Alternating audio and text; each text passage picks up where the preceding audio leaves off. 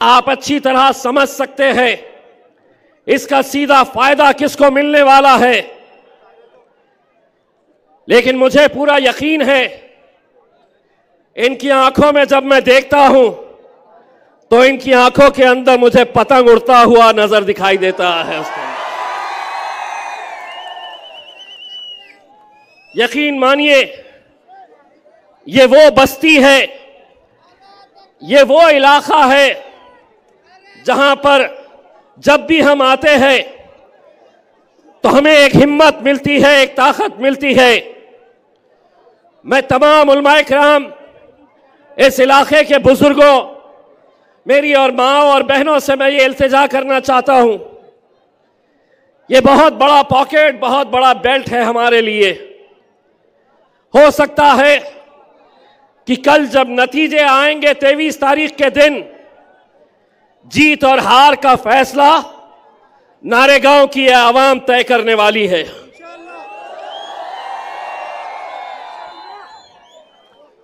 हमें मालूम है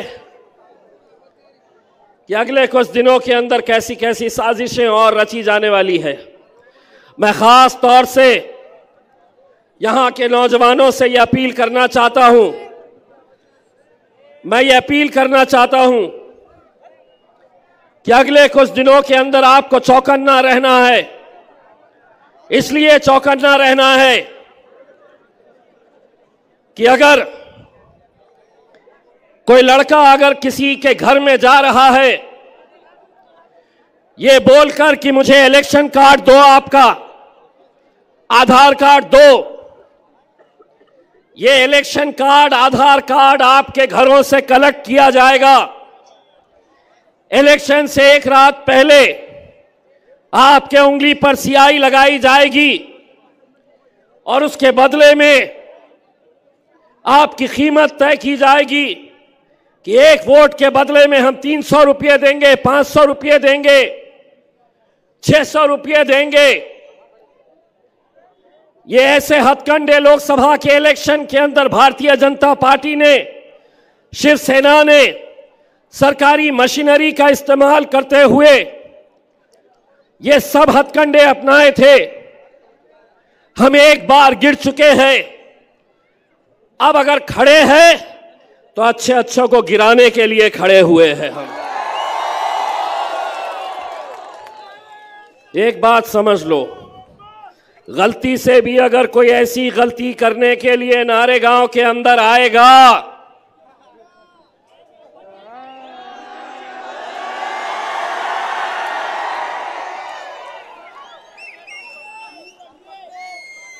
कुछ बोल रहे हैं बच्चे, मुझे पता नहीं है, लेकिन ऐसा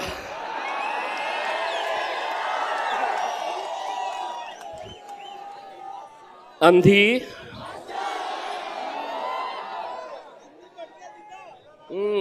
कैसा कैमरा वाला खुश हो रहा कि दे दिया इम्तियाज जलील ने हमारे को। इम्तियाज जलील अब घंटा देता तुम्हारे को। हम सिर्फ इतना बोल रहे, अंधी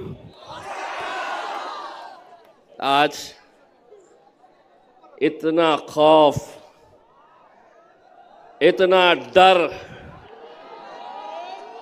कि हमको हराने के लिए, भाई और बहनों, अरे इतना अच्छा काम किए हैं देश में, राज्य में, तो यहां आने की क्या जरूरत थी मोदी बाबा। वहां पे बैठ के ऐलान करना था कि हमने ये करे, हमने वो करे। जहां जा रहे, जिस किसी का स्टेज सज रहा है, जो आ रहा है, महफिल उनकी सज रही है,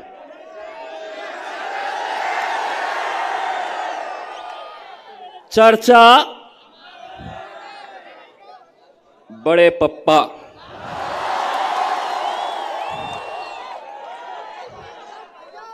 देवेंद्र फडणवीस भारतीय जनता पार्टी के महाराष्ट्र के प्रमुख आए, यहां पे ये नहीं बोले कि नारेगांव में पानी कब तक लाने वाले हैं। क्या बोले? ए अवैसी। मैंने दूसरे दिन बोला, ए देवेंद्र, हम सूद समेत वापस देते हैं। गूंगे, मुक्के और बहरों की जमात नहीं है मजलिस। जिस भाषा में तुम बात करेंगे उसी भाषा में जवाब मिलने वाला है। 3 दिन बचे हैं। पता चला है कि मोदी जी के आने के बाद भी कुछ दाल गल नहीं रही है। तो सुना है उत्तर प्रदेश से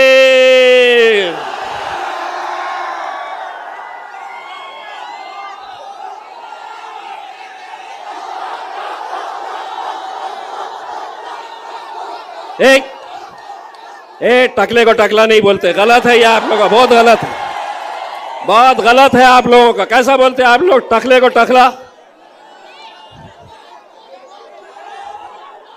आ जाओ, आ जाओ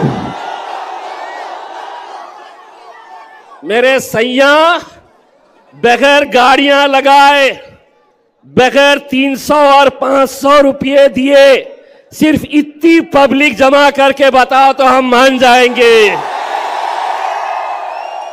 ये अल्हम्दुलिल्लाह यहां पर ये जितने भी दीवाने आए हैं, ये मजलिस की मोहब्बत में और बैरिस्टर असदुद्दीन अवैसी साहब की दीवानगी के लिए आए हैं। सब परेशान रहते हैं।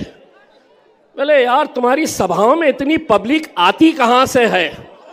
हम उनको ये बोलने वाले हैं 20 तारीख के दिन देखना कैसा धपा धप धपा धप धपा धप। मुझे मालूम है कि लोकसभा के इलेक्शन के वक्त में नारेगांव के नौजवानों ने, नारेगांव के छोटे छोटे बच्चों ने, हमारी माँ और बहनों ने शिद्दत से इबादत की थी। ये दुआएं मांग रहे थे कि हमें कामयाबी मिली, लेकिन अल्लाह की कुछ और मसलहत थी। यकीनन वहां पर हम नाकामयाब हुए। हो सकता है कि अल्लाह ये चाहता होगा कि पार्लियामेंट में इम्तियाज जलील, तुम्हें असद साहब के बाजू बैठने की जरूरत नहीं है। वहां पर 100 सोनार की 1 लोहार की हमारा असदुद्दीन अवैसी अकेला काफी है। हो सकता है अल्लाह ने कुछ हमारे लिए अलग सोच रखा होगा कि इम्तियाज तू जा विधानसभा के अंदर, और जिसने मेरे नबी करीम सल्लल्लाहु अलैहि वसल्लम के खिलाफ गुस्ताखी की थी और जिसकी पीठ थपथपाने के लिए एकनाथ शिंदे आए थे और उन्होंने कहा था उस रामगिरी को कि तुझे केशाला ही हाथ लाऊ देनार नहीं, तेरे बाल को भी हम धक्का नहीं लगने देंगे। एकनाथ शिंदे साहब वो रामगिरी भी खुद टकला है।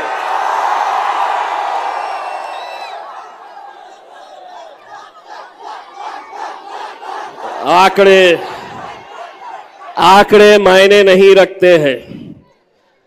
कितने लोग विधानसभा के अंदर जाएंगे? 288 सीटें हैं महाराष्ट्र के अंदर, लेकिन मजलिस इत्तेहादुल मुस्लिमीन महज 16 उम्मीदवार खड़े किए हैं। लोग कहते हैं कि 16 तो खड़े किए हैं, 288 है। क्या कर लेंगे अगर 16 के 16 जीत कर आ गए? तो मैं कहता हूं 16 छोड़ो, एक को देखो क्या करते हैं पार्लियामेंट के अंदर। मैं जब पार्लियामेंट में बैठता था, असद साहब की तकरीर 3 बजे होने वाली रहती थी, तो भाजपा वाला आके 12 बजे 11 बजे मुझसे पूछता था आज बोलेंगे साहब? तो मैं कहता था आज बोलेंगे। बोले काय पे बोलेंगे? मैं बोला तुम्हारी बजाएंगे, तबीयत से बजाएंगे तुम्हारी। और अल्हम्दुलिल्लाह वैसा ही होता था। बस मेरे भाइयों, मैं आपके और असद साहब के बीच में ज्यादा वक्त नहीं लेना चाहता हूं, सिर्फ आपसे इतनी इल्तिजा करना चाहता हूं। अगर आपकी बेटी आपकी बहन की कहीं शादी हुई है, वोट यहीं पर है। आपकी जिम्मेदारी है मेरे भाई, आप लोगों को यहां पर एक एक वोट की कीमत को समझना होगा। नरेंद्र मोदी अगर वजीर आजम बनता है तो ऐसा ही नहीं, अमेरिका से, लंदन से, ऑस्ट्रेलिया से मियां बीवी बच्चे अपना प्लेन का टिकट खरीद के आते हैं सिर्फ नरेंद्र मोदी को वोट देने के लिए। और एक हम है कि पोलिंग बूथ यहां पर है, लेकिन बाद में पता चलता है नहीं, वोट डालने इसलिए नहीं गए थे कि रिक्शे नहीं लगाए थे भाई, ना रिक्शे चाहिए।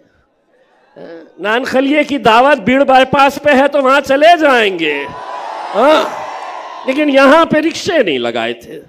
मेरे भाई, 20 तारीख के दिन अगर हमारा वोटिंग परसेंटेज 80% से नीचे रहा तो मैं बड़े अफसोस के साथ यह कहना चाहूंगा कि आपको 23 तारीख का दिन भी इंतजार करने की जरूरत नहीं है।